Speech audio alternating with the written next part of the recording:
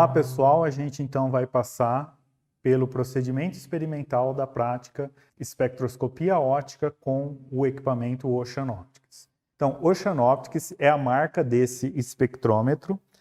O modelo que a gente vai estar usando aqui é HR4000.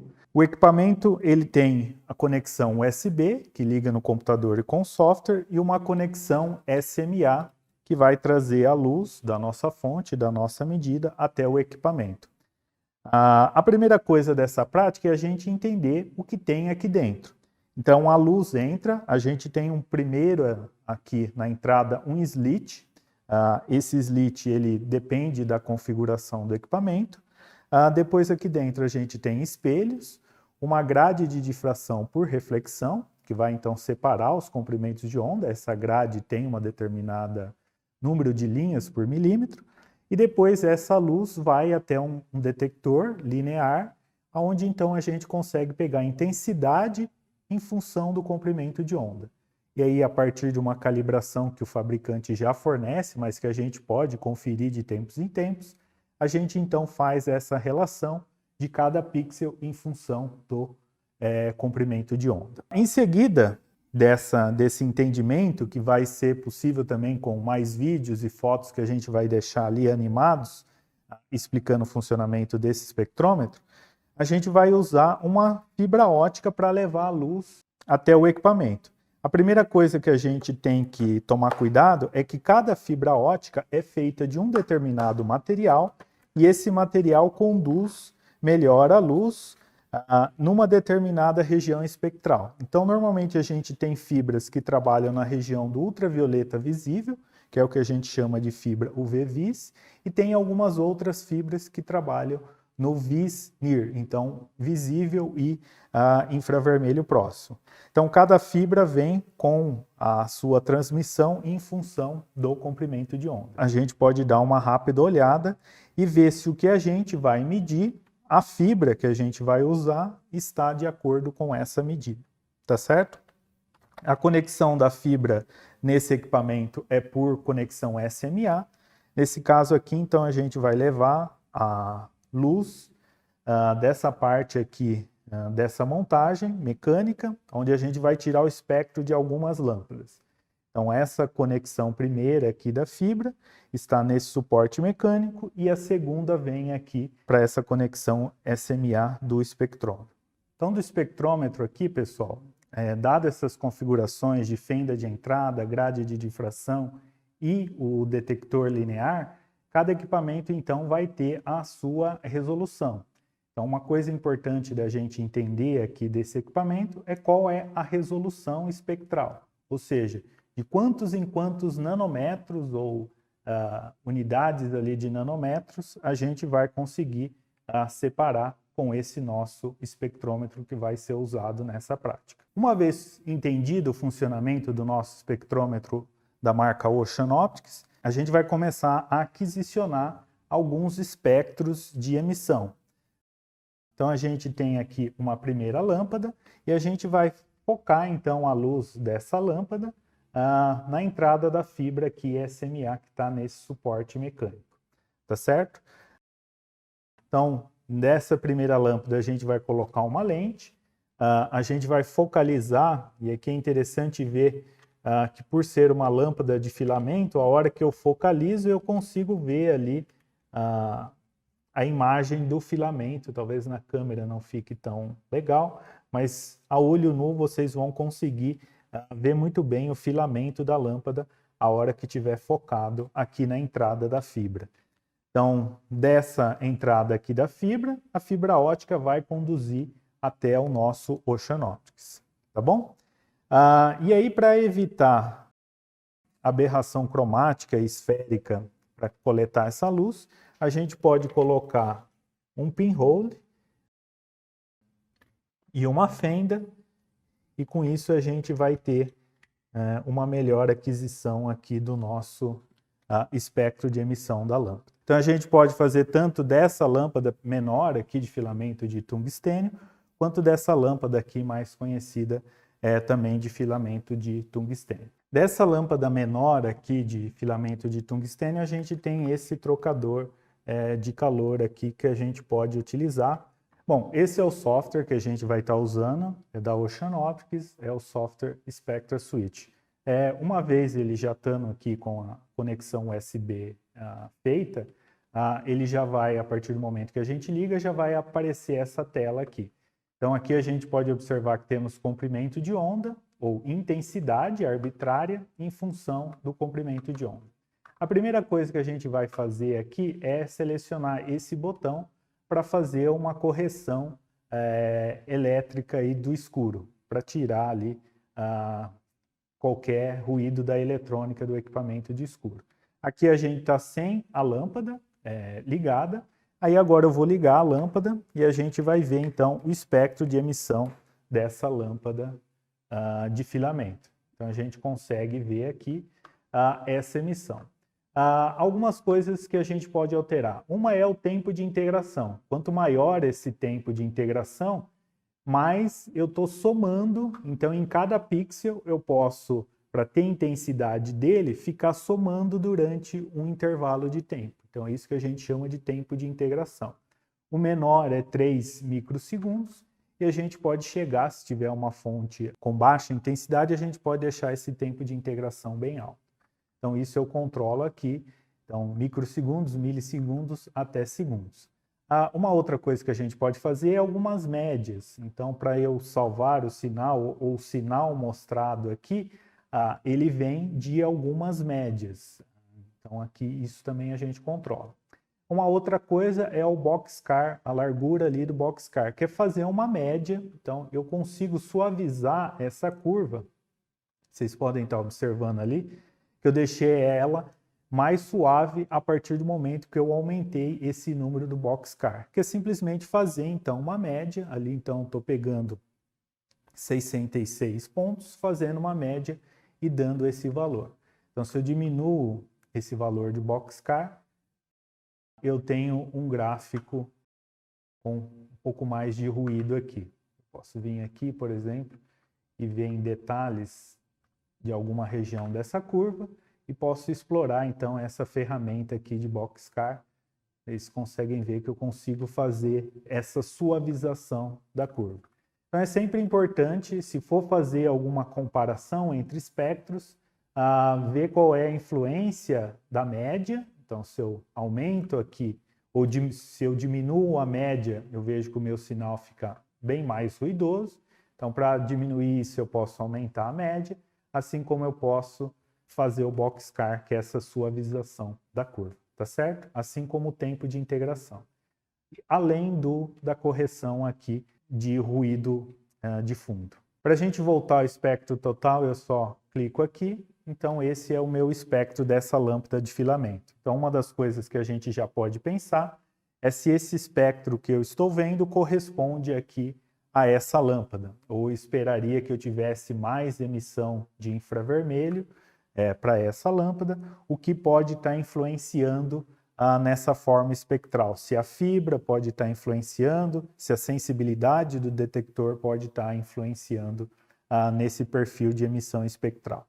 Então a gente sempre pensar se o espectro que eu estou medindo realmente corresponde ao espectro da lâmpada ou tem alguma outra influência, como transmissão da lente, transmissão da fibra ou sensibilidade do detector. Então aqui, pessoal, uma coisa que a gente pode fazer também, clicando na tela, a gente pode ver qual é o máximo. Então essa linha verde aqui, o comprimento de onda dela está aqui. Então uma coisa que a gente pode pensar é se essa lâmpada de tungstênio tem a mesma emissão dessa outra lâmpadazinha aqui menor de tungstênio. Uma outra ferramenta útil aqui, pessoal, é essa daqui, essa linhazinha verde, onde a gente pode manter um determinado espectro. E agora a gente pode comparar aí na tela o espectro, então, dessa lâmpada de filamento de tungstênio maior aqui de casa com essa menorzinha. Então aqui no software a gente pode ver, a lâmpada vermelha é a lâmpada de filamento menor aqui de tungstênio e a azul é a lâmpada anterior. Bom, pessoal, então agora a gente vai fazer a segunda parte dessa parte de análise de emissão de algumas lâmpadas. A gente vai usar essas lâmpadas espectrais disponíveis lá no laboratório. que são de vapor de alguns gases. A primeira coisa é sempre manusear com cuidado essas lâmpadas, sempre pegar aqui na ponta dela, evitar de pegar no meio, e se por um acaso isso acontecer, a gente limpar com papel higiênico aqui, onde a gente tocou, para evitar que fique gordura ali na mão. Depois a gente coloca essa lâmpada aqui nesse suporte, tá bom? E aí depois é só ligar esse suporte na energia elétrica. Então aqui eu já coloquei a nossa primeira lâmpada, então vou ligar no 110, tem que tomar esse cuidado com esse sistema. Aí aqui é só a gente ligar aqui com o botãozinho aqui lateral.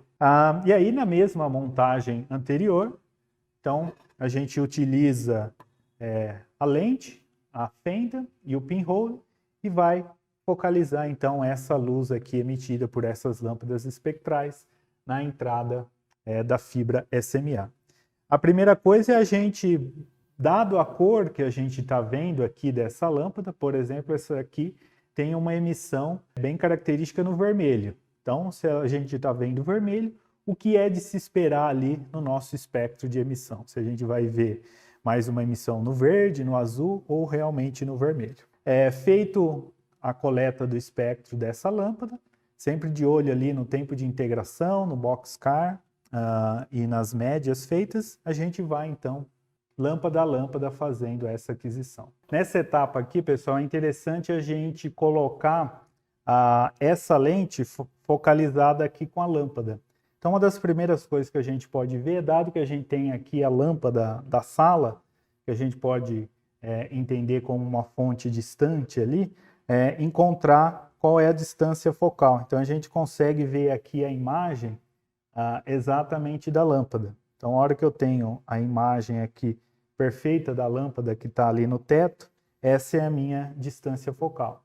Então, aqui aproximadamente 10 centímetros. Então, o que a gente vai fazer é colocar essa lente aqui nessa distância de 10 centímetros. Vamos olhar aqui uma outra ferramenta para a gente trabalhar no software.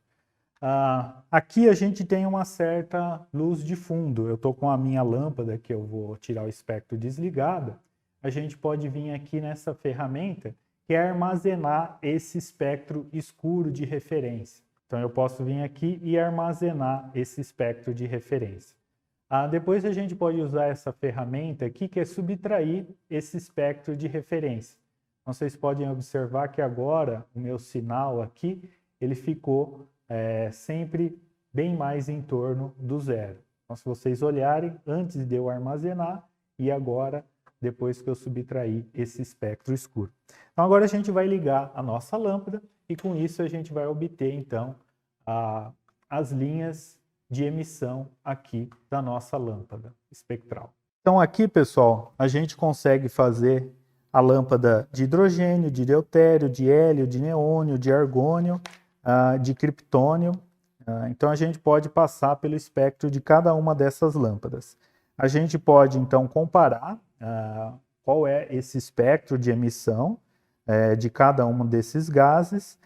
E também, por exemplo, da lâmpada de hidrogênio, a gente verificar a série de Balmer e ali conseguir obter a constante de Rydberg. E a gente vai então ter uma relação ali entre os níveis de radiação, essas transições relacionadas pela constante de Rydberg. Então é só a gente lembrar que para cada uma das regiões ali, ultravioleta, infravermelho, a gente tem ali essa dependência dependendo do N, né, do orbital, com a constante de Rydberg e o comprimento de onda emitido. Nessa parte também a gente vai fazer os espectros da lâmpada tanto de hélio quanto de neônio, né? E aí com isso a gente pode entender um pouco mais o princípio de funcionamento do laser hélio-neônio. A gente vai usar em outras práticas, é um laser importante. Então a gente saber se no laser hélio-neônio, baseado nas emissões do hélio e do neônio, quem é que está emitindo no laser de hélio-neônio? Se são os dois gases que emitem, se somente é um deles, tudo isso a gente pode obter aqui nessa primeira parte. Só lembrando que a lâmpada espectral W é o símbolo atômico de tungstênio. Então, a lâmpada W é a lâmpada de filamento de tungstênio. Bom, pessoal, agora, quando a gente estiver olhando essas lâmpadas, é importante também a gente ver, de novo, essa influência do boxcar, que vai alargar essa emissão. Então, reparem bem nisso ali, nesse pico aqui em torno de 650, o quanto ele se altera dependendo do nosso boxcar. Então, vamos sempre deixar aqui zerado, aí lembrando que a gente vai ter um pouco mais de ruído, e a média. Então, se a gente quiser ali dar um zoom para ver melhor um determinado pico, então eu posso vir aqui e com isso vou ver esse pico. E aí ver a influência aqui do boxcar nesse caso, tá bom? Então, sempre está de olho nesses parâmetros aqui para adquirir o espectro. Em seguida, vamos salvar, então, o nosso espectro. Então, a gente vai clicar aqui no disquetezinho, a gente vai numa determinada pasta com o nosso nome, colocar o nome do arquivo e aqui salvar. Então, a gente pode ter tanto o espectro processado, que é esse final aqui, como o nosso espectro de escuro. Lembra que a gente fez aquisição com a lâmpada apagada, da luz aqui ambiente, de tudo que pode contribuir para esse espectro escuro. Aí tem o nosso espectro de referência e depois o espectro processado. Aí aqui a gente tem algumas opções, né? Como é delimitado uma coluna ou outra, se tem lá em cima o cabeçalho ou não. E a gente sempre opta aqui, então, por esse formato de arquivo que você pode abrir aí em vários softwares para depois fazer esse gráfico. Então, uma vez que eu salvei, é só agora a gente fechar aqui. E aí eu posso ir lá na pasta e conferir a minha tabela de dados, então, que a gente tem ali comprimento de intensidade e o comprimento de onda respectivo. Então aqui, pessoal, a gente tem a configuração para a lâmpada de sódio, tá bom? Então a gente substituiu aquele aparato para aquelas lâmpadas espectrais e agora a gente colocou a lâmpada de sódio. Novamente aqui é a lente e depois aqui o pinhole e a fenda. Vamos dar uma olhada lá no espectro, então, dessa lâmpada. Aqui eu pausei, mas eu posso colocar live, eu posso vir aqui e pausar de novo. Então aqui eu tenho essa região aqui, que é o famoso a emissão do dubleto de sódio, né? Então lá aí no software de vocês vão conseguir ver cada um desses pontos com a ajuda dessa linha verde aqui. Vocês vão poder identificar, por exemplo, a distância entre um ponto e outro que o gráfico é exibido. Então aqui a gente, por exemplo, está em 587.9, depois a gente vai para 588.17 e 588.43. Então a pergunta que fica é se com esse sistema a gente consegue resolver o dubleto de sódio aqui da emissão. Lembrando que aquelas linhas, aqueles comprimentos de onda que a gente tem de emissão tabelado do dubleto, sempre pode ter algum alargamento, né? Então, se a gente consegue ver essa emissão do dubleto de sódio aqui com essa nossa configuração, tá bom? Então, aqui eu posso observar que a lâmpada de sódio tem várias linhas de emissão, né? A mais intensa aqui está na região do amarelo, que a gente está vendo, mas ela tem uma série de outras emissões aqui na região do infravermelho e do infravermelho próximo. Então, uma coisa interessante aqui, pessoal, da gente observar é que logo quando a gente liga essa lâmpada, a gente vai observar principalmente essas emissões aqui no infravermelho. Ainda não deu tempo do sódio evaporar, da gente aquecer o suficiente para esse sódio aqui se tornar o gás e ter essa emissão bem mais característica na região do amarelo. Então, vocês vão observar que conforme o tempo passa, a gente pode até olhar numa outra câmera, que o amarelo aqui da emissão está cada vez mais intenso, se a gente comparar com aquele amarelo inicial aqui, logo quando a gente ligou a lâmpada. Tá bom? Então, essa daqui é a emissão do sódio. Agora, vamos dar uma olhada na sua absorção. Então, aqui, pessoal, é a montagem para a gente ver a absorção do sódio. A primeira coisa é que o aparato aqui, onde a gente vai depois aquecer para ter o vapor de sódio, ele é um pouco alto, então a gente fez uma emenda aqui dos postinhos. Então, só mostrar aqui para vocês que a gente pode juntar dois postinhos. Corta a outra câmera. Isso. A gente pode juntar aqui dois postinhos e a gente vai precisar elevar todo esse aparato aqui para uma altura maior. Então, o que a gente tem aqui? Então, tem a nossa lâmpada de filamento tungstênio, vai passar aqui por essa célula onde eu tenho o sódio, que daqui a pouco a gente vai ligar e ele evaporar. E aí, se a gente olhar lá no software, então, essa é a nossa emissão da lâmpada, tá bom? Então, agora a gente vai começar a aquecer e vamos ver o que vai se alterando nesse espectro.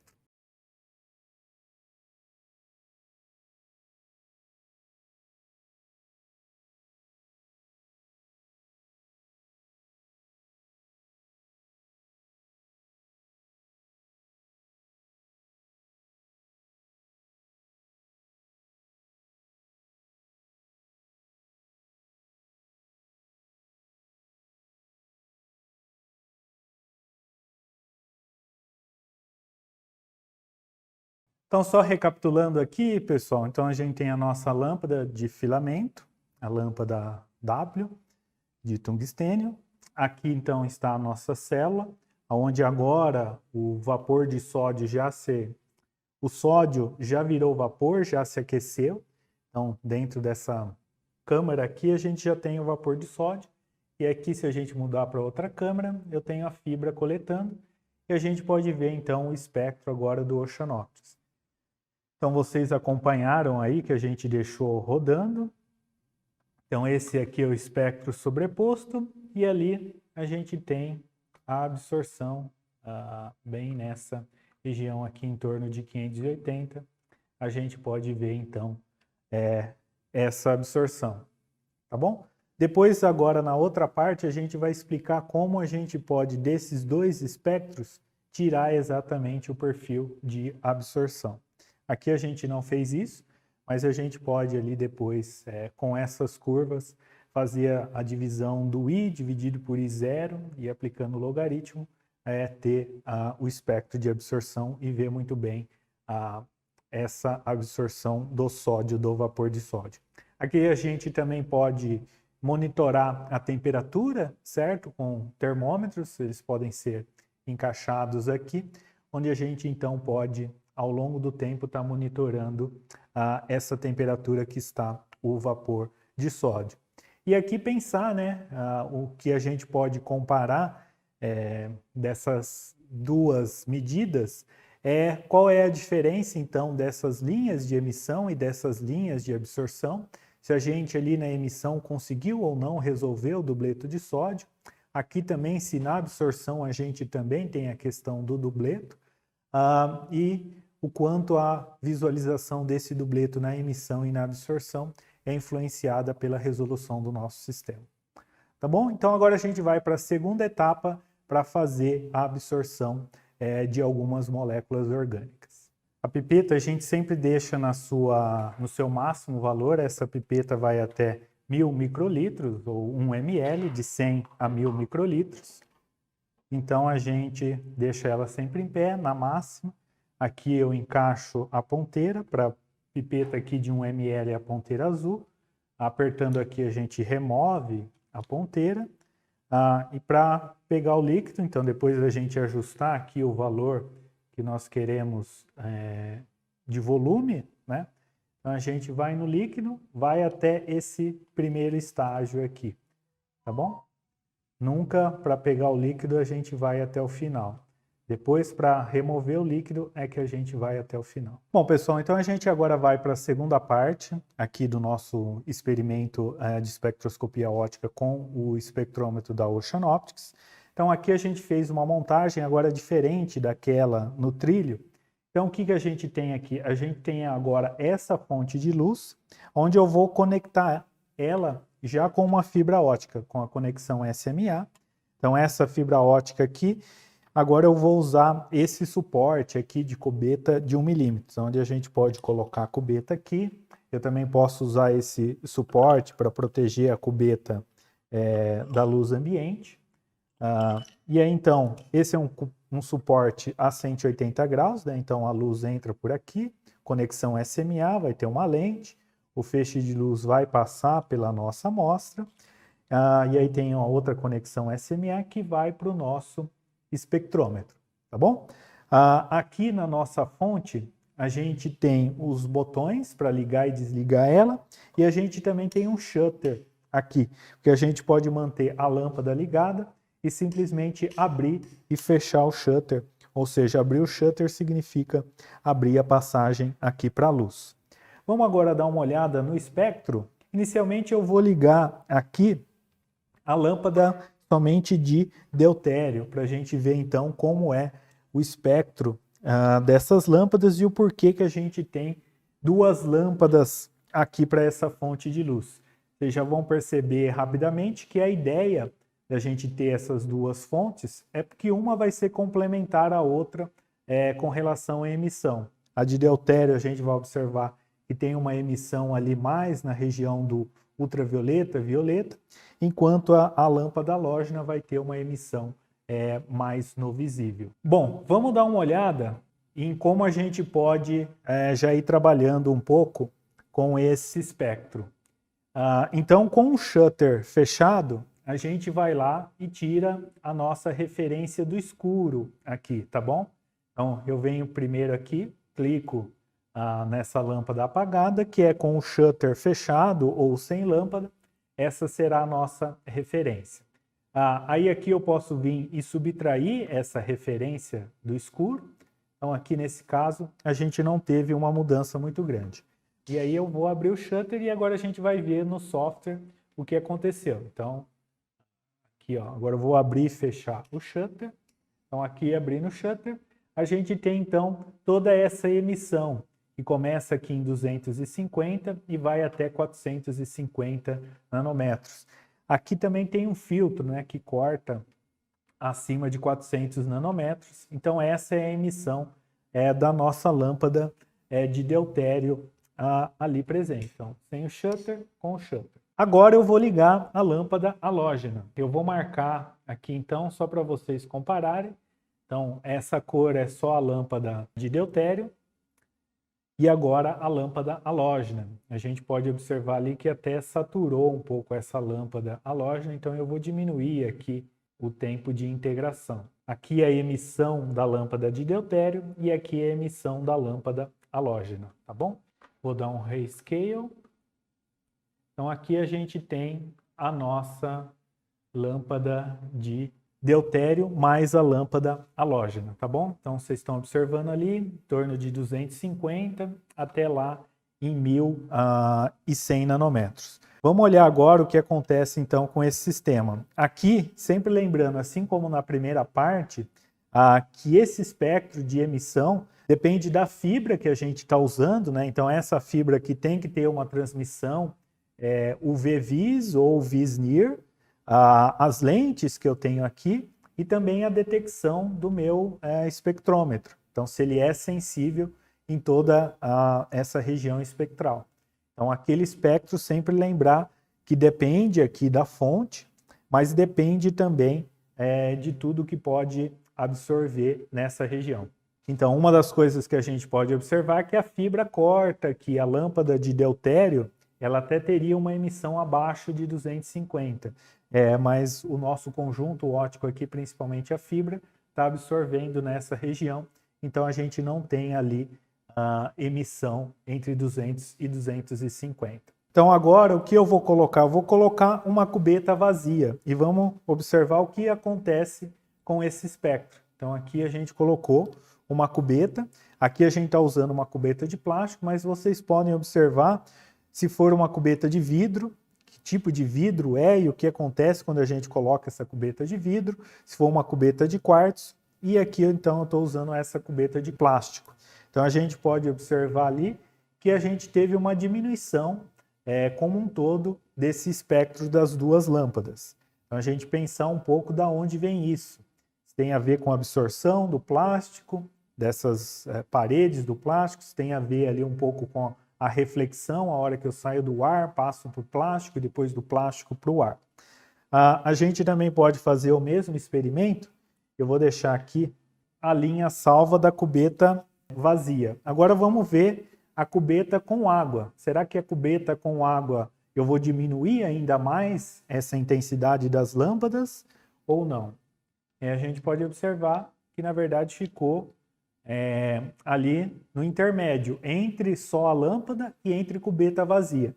Então, de novo, a gente pensar o que está acontecendo, se é absorção da água ou se é reflexão, agora, onde a gente tem a luz vindo do ar, passando pelo plástico, aí tem o índice de refração do plástico, da água e depois do plástico e depois do ar novamente. Era diferente da situação anterior, que era ar, plástico e ar novamente. Então aqui a gente tem ar, plástico, água, plástico e ar novamente. Então qual é essa mudança de índice de refração e como funciona as reflexões ali e possíveis absorções que a gente tem. Então aqui está o espectro da nossa lâmpada, aqui o espectro da cubeta com água, tá bom? Então agora a gente pode comparar.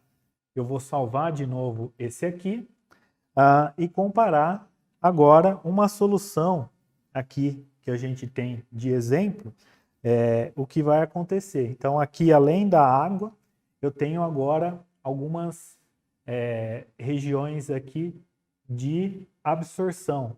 Então eu consigo ver essas linhas de absorção. Então o meu espectro da lâmpada se alterou de forma pronunciada a partir do momento que eu coloquei água com Erbium. A gente pode observar e a gente vai ver daqui a pouco se é só devido à absorção ou se tem alguma componente de espalhamento aí também nessa nossa solução, tá bom? Aqui a gente pode salvar esses espectros, depois a gente vai ali na lousa explicar como que a gente pode tratar eles, mas a gente pode já usar o software para fazer uma análise de absorção. Então vamos repetir aqui, pessoal. Então vamos começar do zero. Então, ó, vocês estão observando que a minha linha aqui, ela não está no zero, ela já tem uma contagem inicial. Então eu tenho que ir lá e fazer a correção do escuro. Então cliquei aqui, tá bom? Aí eu posso ver que ele já foi lá mais próximo de zero. Estou com o shutter fechado, vou armazenar aqui a minha referência no escuro. Mas ainda vou observar que tem alguns pixels aqui com uma intensidade muito alta. Então, o que a gente faz? Vem e remove a minha referência do escuro. Aí, se eu vier aqui dar um grayscale, está tudo muito bem mais próximo ali do zero. Aí agora eu vou ligar a minha lâmpada, tá certo? Abrir o shutter. E aí, então, eu tenho a soma da lâmpada halógena e a lâmpada de deutério. E aqui, no caso, para a gente tirar a referência com a lâmpada acesa, então eu vou colocar a cubeta com água, só para a gente mostrar. Então a minha referência é a cubeta com água. Então vamos olhar lá no espectro agora. Então eu tenho a minha lâmpada e aqui a minha cubeta com água. Esse vai ser a minha referência de branco, tá bom? Esse vai ser o que a gente chama de I0. Então, eu vim aqui e salvei o meu I0. Agora eu vou colocar a minha amostra que tem a cubeta, a água e a minha amostra que vai absorver. E aí agora eu vou colocar aqui, eu posso fazer esse aqui, seria o meu I, né? Fazer o I0 sobre I, mas o software faz aqui de forma automática. E aí a gente vai observar uma coisa interessante se eu der um zoom aqui nesse espectro. Então aqui eu já tenho a medida de absorbância, eu tenho as linhas de absorção desse composto, né, de Erbium, mas eu estou observando também um certo aumento aqui de uma linha de base que a gente poderia pensar, né? Para menores comprimentos de onda, essa linha de base aqui, ou esse offset, está aumentando. Então, menores comprimentos de onda, eu tenho aqui um maior offset, ou uma maior linha de base. E se a gente pensar um pouco e olhar essa amostra, vai perceber que isso vem de uma componente de espalhamento. Essa amostra tem não só absorção, mas também tem espalhamento óptico. Então aqui a gente também pode remover isso aqui se fizer uma subtração do espalhamento. Lembrando que a gente pode ter os dois tipos de espalhamento, Mie e Rayleigh, cada um tem uma dependência com o comprimento de onda, né? Aqui a gente pode então fitar esse offset ou essa linha de base para determinar qual é esse espalhamento, se ele é Rayleigh, se ele é Mie, se ele é uma soma desses dois tipos de espalhamento. Então, de uma amostra, se ela fosse puramente absorvedora, a gente não teria esse offset, mas nesse caso aqui, como tem uma componente de espalhamento, a gente tem esse offset dependendo do comprimento de onda. Então, aqui a gente pode dar uma olhada também, pessoal, onde a gente não tem luz, né? Então, abaixo aqui de 250 e lá acima de 1050 nanômetros, uma região com pouca luz. Então, o ruído, a hora que a gente calcula lá o I sobre o I0, dá um ruído muito grande. Então, a região onde a gente vai medir e ter confiança nesse espectro é aqui de 300 até 1100 nanômetros. Uma outra função que a gente pode usar aqui, pessoal, é mudar, por exemplo, ver a transmissão. Então, eu olhar aqui desse espectro, então vamos dar um zoom aqui numa região de interesse. Então, aqui a gente tem a transmissão, agora em porcentagem, né, de 0 a 100%. E a gente está vendo que é onde eu tenho as linhas de absorção, as regiões de absorção da minha amostra, o que a gente tem é uma transmissão menor, tá bom? Então, isso também a gente pode comparar esses dois espectros aqui, o de absorção e o de transmissão. Para ver o de transmissão, a gente pode fazer dessas amostras aqui coloridas, desses plásticos coloridos. Então, aqui, por exemplo, eu tenho um plástico verde. Se eu colocar esse plástico verde aqui, qual é a transmissão que eu espero obter? Então, aqui eu transmito mais, por exemplo, na região do verde, transmito um pouco menos na região do azul e do vermelho, e aqui volto a transmitir mais na região do infravermelho. Então, a gente pode pensar aqui, se eu estou vendo verde, né, a luz branca sendo transmitida, e se eu estou vendo verde, é porque a transmissão na região do verde é mais eficiente do que nas outras regiões. Tá bom? E aí eu posso fazer isso com outras cores. Então, se eu vim aqui, por exemplo, pegar a cor azul, aonde eu espero que a transmissão da cor azul seja maior. Então, ela é maior na região do azul e depois é uma transmissão menor, é uma banda larga ali de transmissão e depois eu tenho uma diminuição da transmissão aqui na região do verde e do vermelho. Se eu vier aqui e dar uma olhada, eu vou ver que o plástico ele tem um certo começo aqui, onde ele começa a transmitir. Estão vendo aqui, podem observar que ele começa a transmitir em torno de 320 nanômetros. Então, esse é o corte desse material plástico. E aqui também, da mesma forma, eu posso ver a absorção, né? Que é, digamos, o oposto do espectro de absorção. Então, se eu estou vendo azul, é porque ele está absorvendo pouco na região do azul e absorvendo mais em outras regiões. Tá bom? Para diminuir um pouco esse ruído, a gente pode, lembrem-se sempre, aumentar aqui o número de médias, mexer um pouco no boxcar. Tá bom? Nesse caso aqui, como a gente não está vendo linhas muito específicas, a gente pode fazer um pouco desse pós-processamento. E aí a gente pode mudar com diversos filtros coloridos, mas sempre fazendo uma relação, né? Se a cor aqui que eu vejo é vermelha, qual é o esperado que eu tenha de absorção para o meu filtro? E depois eu posso fazer a verificação da lei de Beer colocando aqui diferentes camadas desse plástico. Então, eu posso ir aumentando o N, né? Então, sempre lembrando que eu posso verificar a lei de Beer, que se refere à absorção.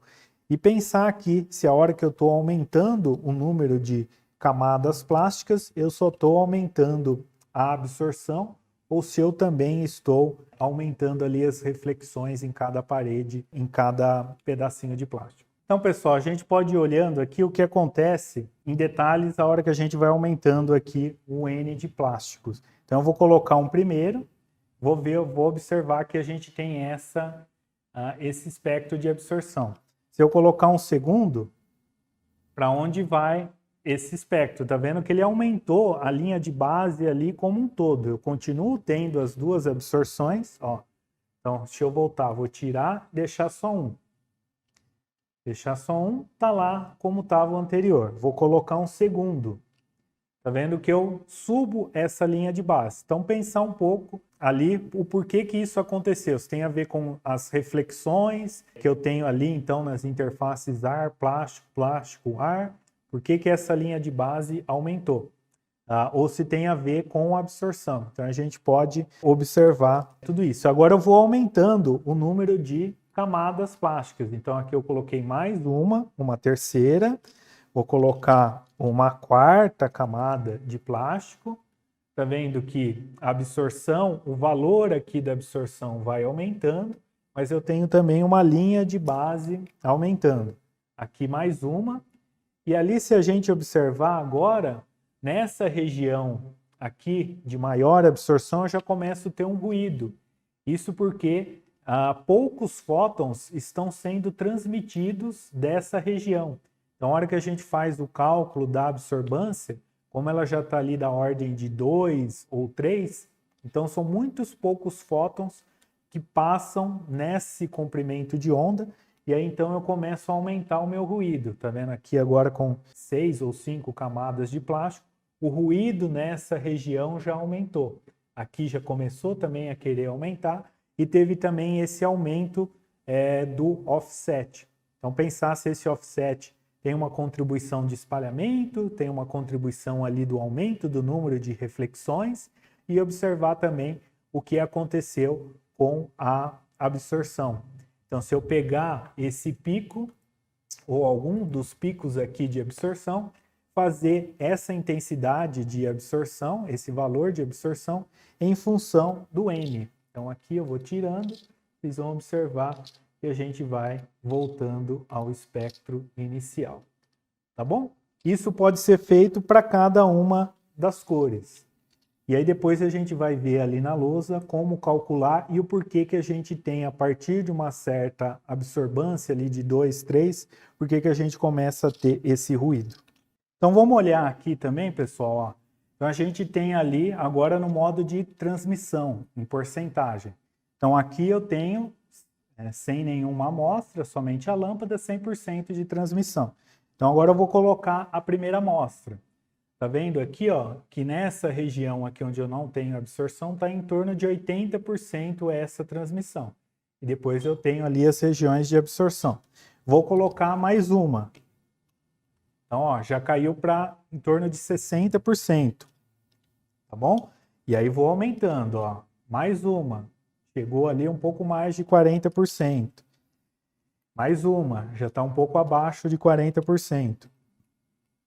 Então a gente pode olhar tanto essa região aqui, onde a princípio eu não tinha absorção, quanto na região onde eu realmente tenho absorção mais evidente do meu plástico. Então o que a gente pode observar aqui também, pessoal, que na transmissão, a hora que eu coloco todos os plásticos, lembram que lá na absorção eu já comecei a ter um ruído, né? E por quê? Porque a minha transmissão já foi praticamente a zero aqui nessa região. Eu posso vir aqui, dar um zoom, eu vou ver que aqui, ó, a minha absorção já está praticamente em 0%. Então, ou seja, muitos poucos fótons estão passando nessa região. E aí, a hora que eu olho isso aqui na absorção, é esse ruído, essa saturação aqui na absorção que eu começo a ter. Então, isso pode ser feito com cada um desses plásticos, então pensem ali na lei de Beer e nas reflexões que a gente tem em cada uma das amostras. Vamos agora fazer então com a clorofila. Vamos olhar então como a gente vai preparar a clorofila. Então agora vamos fazer a preparação da nossa clorofila. Vamos extrair clorofila aqui dessas folhas. A gente coletou aí diferentes plantas. Vou dar uma picotada, uma rasgada aqui nessas folhas, macerador com meu pistilo aqui, vou colocar um pouco de etanol, tá bom? É com etanol que a gente faz essa extração de uma forma melhor, não é com água. Coloquei um pouquinho aqui de etanol e agora então a gente faz a maceração aqui até esse líquido ficar verde.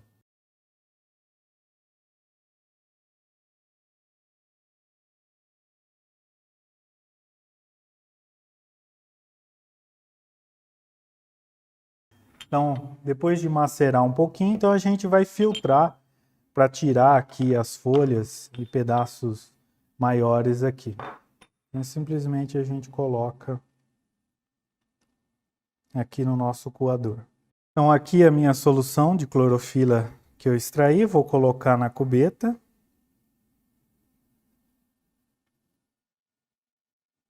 Então, bem verdinho. Então, agora eu vou reiniciar aqui a nossa medida. Por quê? Porque a minha referência agora vai ser diferente, né? Então, de novo, eu vou armazenar o meu escuro, tá bom? Esse aqui é o meu escuro, tá bom? Armazenei. Posso subtrair o meu escuro, tá aqui. Agora eu vou ligar minha lâmpada, então tá aqui o espectro da minha lâmpada. E agora eu vou tirar o meu I0, então que é a cubeta aqui com o etanol. Eu coloquei a cubeta com etanol, reparem o que acontece. E essa daqui vai ser minha referência de branco, tá bom? Então aqui, cubeta com etanol. Agora eu vou colocar a minha cubeta com a clorofila. E a gente já pode observar o que aconteceu. Aí eu vou lá e já faço o cálculo da absorvância. Então, é isso aqui que a gente obtém. Então, eu posso vir aqui e dar um zoom numa determinada região. Então, aqui eu tenho o pico bem característico de absorção.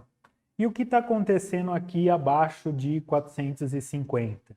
A gente está observando que a absorção é muito alta. Se a gente for olhar aqui na transmissão, ó, a transmissão está praticamente em zero. Então, poucos dos fótons passando ali abaixo de 450 estão passando aqui pela minha amostra. Por quê? Eu estou numa concentração alta. E pela lei de Beer, a gente sabe que se eu diluir aqui essa amostra, diminuir a concentração, eu posso observar, começar a observar melhor aqui a absorção dessa região. Eu também posso ver aqui que eu tenho a linha de base ou offset de tendência de espalhamento novamente, né? Essa amostra aqui, se a gente olhar bem ali, vocês vão poder olhar aí na prática, ela não é totalmente absorvedora, ela também tem a componente de espalhamento. E, novamente, vocês podem fazer um fit aqui, e saber qual é a dependência, se é Rayleigh, se é Mie, se é uma soma dos dois, e remover esse offset. Bom, agora o que a gente pode fazer é ir diluindo essa amostra. Por exemplo, vamos supor que essa daqui é o nosso 100%, e diminuindo ali 50%, 10%, 5%, 1%, e vendo o que acontece com a absorção. Então, dessa solução nossa estoque, eu tenho aqui, por exemplo, já o meu 2 ml de etanol, tá bom? Então aqui eu venho, posso regular, vou tirar 100 microlitros da nossa solução estoque. E aí vocês podem fazer a conta se eu estou colocando 100 microlitros em 2 ml de álcool. Então aqui eu vou regular para 100 microlitros, que é o mínimo aqui que ela pega, tá bom? Então 100. E sempre lembre-se, eu vou no primeiro estágio, solto e peguei o meu 100 microlitros. E agora eu vou aqui e solto, vou até o final. Aí aqui eu posso dar uma homogeneizada nessa amostra. Então aqui ela ficou mais diluída. Agora vamos olhar lá no software, então, o que acontece. Vou colocar aqui. Então agora a gente já passa a observar, se eu der um grayscale aqui, que agora eu vejo sim muito bem a absorção na região do azul, do violeta e aqui abaixo de 400 do ultravioleta, tá bom? Então, como eu diluí, eu não tenho mais essa saturação. Eu posso vir aqui e olhar esse espectro como um todo, como ele ficou. Então, tá vendo? Eu tenho uma banda de absorção aqui, outra aqui, tem uma menor aqui, uma aqui e uma outra lá. Todo esse espectro está sendo aqui com um offset, tem uma certa linha de base, porque eu ainda não consegui remover, se vocês olharem bem na cubeta, vocês vão ver que ainda tem algumas coisas espalhando aqui a minha luz, mas se a gente for lá e ver, a absorção ela está predominando aqui no meu espectro. Então eu tenho a componente de espalhamento, mas tenho a absorção da clorofila se sobrepondo. Então aí agora a gente pode pensar que tipo de clorofila eu tenho aqui, baseado em referências, que a gente sabe que existem 2 tipos de clorofila, se eu extrair algo além da clorofila, e pensar que aqui então eu tenho, além de clorofila, outras coisas, mas além de absorção também componentes de espalhamento. Uma coisa que a gente pode também verificar, pessoal, e aí vocês vão colocar isso, que existem alguns nomes para essas bandas, né? Algumas são chamadas de bandas Ques, outras bandas de Soré. Então, cada banda ali vai estar relacionada com essa molécula orgânica, em que regiões ali essa molécula está interagindo com a luz. Então, essas bandas recebem alguns nomes. Bom, pessoal, então essa foi a absorção dessa molécula orgânica, clorofila. De novo, a gente pode fazer uma relação aqui entre a cor que a gente está observando dessa molécula e o espectro de absorção observado. Outras moléculas orgânicas podem ser utilizadas. Aqui, então, a gente usou esse suporte a 180 graus para fazer o espectro de absorção. Agora a gente vai dar uma olhada na emissão. Antes disso, vamos guardar esse espectro, vamos lembrar de tampar ele aqui, essa conexão SMA, tá bom? Então, pessoal, agora a parte de emissão. Antes de fazer o espectro, vamos dar uma olhada aqui como a gente pode ver essa emissão a olho nu, dessas 2 amostras aqui que a gente preparou de clorofila, esses verde mais concentrado, esse verdinho bonito e esse outro aqui. Para a gente ter emissão de fluorescência, a gente tem que ter primeiro a absorção. A gente tem que pensar lá no nosso espectro quais são as regiões de absorção. Então aqui, por exemplo, eu tenho esse laser pointer violeta. Será que essa luz violeta ela vai ser absorvida pela minha amostra? Depois aqui eu tenho uma luz verde. Será que esse verde aqui tem alguma banda, ou de Soré ou banda Q, que vai absorver esse laser verde? E depois aqui eu também tenho um vermelho, um laser pointer vermelho. Será que existe alguma banda de absorção no vermelho? Então vamos dar uma olhada aqui, a olho nu, nessa primeira amostra.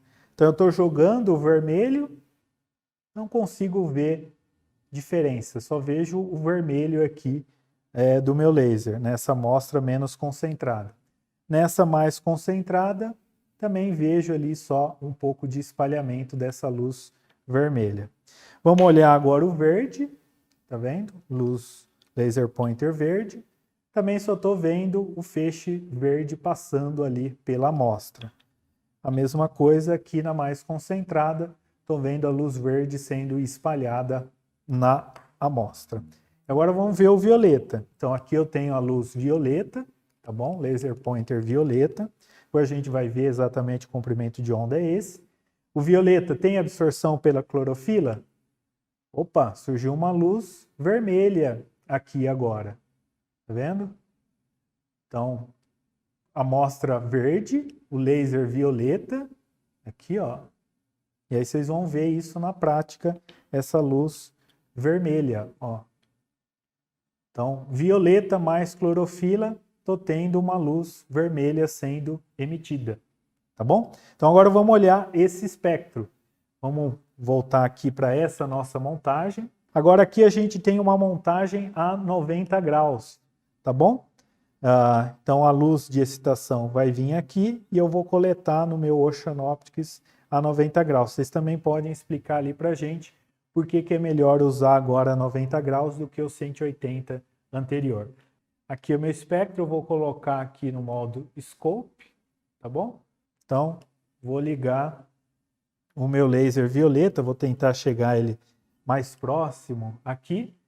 Então, aqui eu já posso ver 2 coisas aqui, ó. Vou tirar a cubeta, estou vendo aqui, primeiramente nessa região é o meu laser. Então, deixa eu vir aqui. em torno de 400. Vou ligar o laser e vou agora dar um zoom nessa região aqui.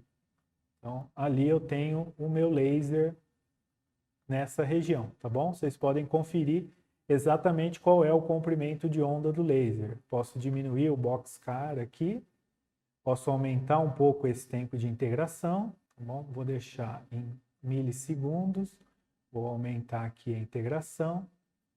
Então ali está a luz do meu laser, tá bom? E não tenho mais nada ali, exceto a luz do laser. E agora eu vou colocar a amostra menos concentrada. Opa, surgiu uma banda ali de emissão. Vocês estão vendo que tem duas bandas também, né?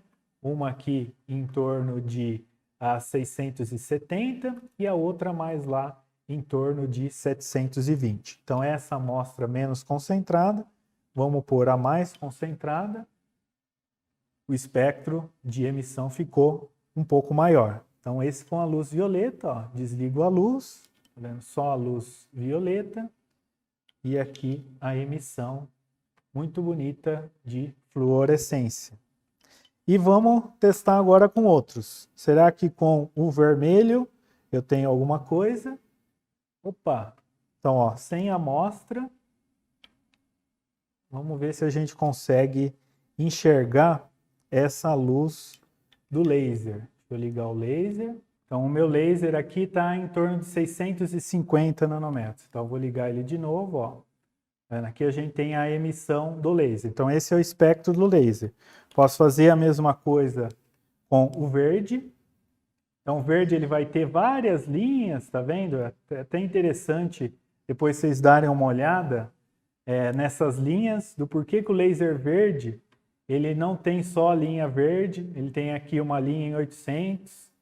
Isso aqui talvez seja o bombeio do cristal aqui que gera essa luz verde, tá bom? E aqui do violeta, tá bom? Então, agora vamos fazer a excitação com esse vermelho. Então, vou voltar aqui no meu suporte. Então, aqui essa é a emissão excitando no vermelho. Tá vendo? Ela é uma emissão menor. Dessa aqui mais concentrada eu estou conseguindo ver essa emissão. Da menos concentrada também tem ali um pequeno pico de emissão.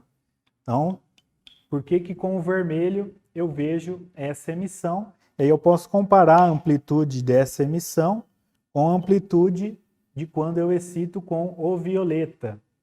O que que tem ali? É uma dependência com absorção, coeficiente de absorção, rendimento quântico de absorção para virar fluorescência, tudo isso a gente pode discutir. E agora com o verde, será que se eu excitar com o verde, também tenho ali, se eu for olhar com a lupinha, uma leve emissão, mesmo com excitação no verde da amostra mais concentrada. Tá bom? Então aqui está a linha do meu laser verde, tá vendo? Bem intensa aqui, bem estreita, e a linha da minha emissão da clorofila. Então entender também se eu estou coletando a 90 graus, se aqui eu tenho algum espalhamento que faz com que essa luz do laser venha aqui a 90 graus, né? Então se eu preciso ter componente de espalhamento na minha amostra para coletar o laser de excitação. Bom, uma outra coisa que a gente pode também olhar, pessoal, é o que eu preciso para remover essa linha do laser. Aqui nessa nossa medida, não é tão importante, por exemplo, eu querer remover, eu não ver a excitação do laser. Mas eu posso também usar filtros ópticos onde eu removo essa linha do laser. Então vocês podem dar uma olhada, vão aprender a usar aqui filtros passa baixa, filtros passa alta, filtros passa banda, com diferentes bandas ali de passagem de comprimento de onda. Então aqui, por exemplo, a gente tem um kitzinho de filtros, cada um, esse é um kit de filtros passa alta, cada um passa acima de um determinado comprimento de onda. Então se eu quiser remover aqui a minha luz violeta do meu espectro, então eu posso usar um filtro que só vai deixar passar comprimentos de onda, por exemplo, acima de 450 nanômetros. Então a gente pode colocar esse filtro A gente tem um outro suporte lá, mais bem adaptado, mas a gente pode coletar essa emissão passando por esse filtro aqui, passa alto em 450 nanômetros. Com isso eu vou remover a minha excitação e só vou coletar exatamente a minha emissão. Então, fluorescência também, o sinal de fluorescência também pode ser melhorado com o uso de filtros ópticos que vão deixar passar determinados comprimentos de onda e vão segurar outros comprimentos de onda. Tá bom? Então, isso aqui pode ser feito também com outras moléculas orgânicas, sempre fazendo uma relação entre o espectro de absorção, a emissão e como que a gente pode relacionar essas emissões e absorção, por exemplo, num diagrama de energia, tipo diagrama de Jablonski. Então, aqui, pessoal, a gente pode, a partir da lei de Beer, que a gente vai deixar um vídeo ali de sugestão de como a gente chega nessa expressão, mas aqui, então, a gente tem que a intensidade dependente de lambda, né, depende do coeficiente de extinção molar, que também é uma dependência com lambda, da concentração e do caminho L. Uma coisa que a gente pode fazer ali é mudar o tamanho das cubetas, 10 milímetros, 5 milímetros, 2 milímetros e 1 milímetro, e ver como que muda a minha absorção ou como que se comporta aqui a lei de Beer quando eu mudo o caminho óptico. Então a gente pode mudar tanto a concentração quanto o tamanho da minha cubeta.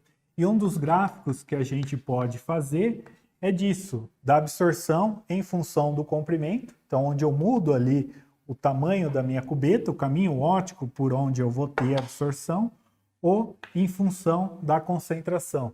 Se esse gráfico vai ser um gráfico linear ou vai ter alguma outra dependência, se vai ter alguma região de saturação. Então, o que a gente espera desse comportamento aqui da absorção em função da concentração, em função do tamanho da cubeta. E aqui, para fazer essa absorção, a gente pode simplesmente fixar um comprimento de onda e fazer a construção desse gráfico. Então é só a gente lembrar que cada uma das bandas, esse coeficiente aqui é um coeficiente, na verdade, de lambda, né? Então a gente pode fazer depois esse coeficiente em função de lambda. Então eu tiro a concentração da minha amostra, tiro aqui o caminho óptico da minha cubeta e tenho um parâmetro aqui que vai simplesmente depender da minha amostra, que é o coeficiente de extinção molar em função do comprimento de onda, que é o espectro que caracteriza a minha amostra.